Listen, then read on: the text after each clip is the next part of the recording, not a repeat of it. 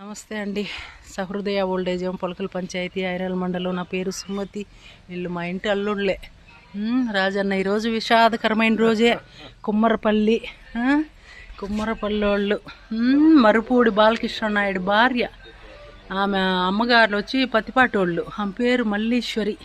ఆమె చనిపోయి ఈ రోజుటికి 1 సంవత్సరం అవుతుంది. మొదటి వర్ధంతి సందర్భంగా మహానుభావుడు మాకు భోజనాలు పెట్టిస్తాడు. 40-50 మందికి భోజనాలు చేయమన్నాడు.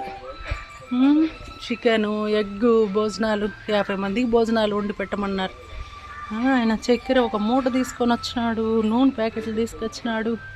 ఆమె ఆత్మ శాంతిగా ఉండాలని మనస్ఫూర్తిగా కోరుకుంటాండ.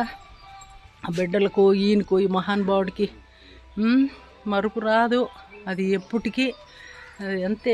ఏం చేసేది, దేవుడు ఇట్లా పనులు చేస్తాడు. ఉండే వాళ్ళను తీసుకోపోతాడు, పోవాల్సిన వాళ్ళని పెడతాడు భూమి మీద. మేము ఒక 20-25 మంది అంతా లేడీసే ఉంటాము. సదా ఆ కుటుంబానికి, ఆ బిడ్డలకు, మనవాళ్ళకు, మనవరాళ్ళకు మళ్ళీ ఆ కుటుంబంలో ఖచ్చితంగా పుట్టాలా. డాక్టర్ అమ్మ పెండింగ్లో ఉంది. ఆ కడుపులో పుట్టాలా. మళ్ళీ సంవత్సరం తిరగనే కడుపులో పడాలని మనస్ఫూర్తిగా కోరుకుంటాండ. అన్నదాత సుఖీభవ. మల్లీశ్వరి అమ్మ ఆత్మ శాంతిగా ఉండాలని కోరుకుంటాండ. అన్నదాత సుఖీభవ.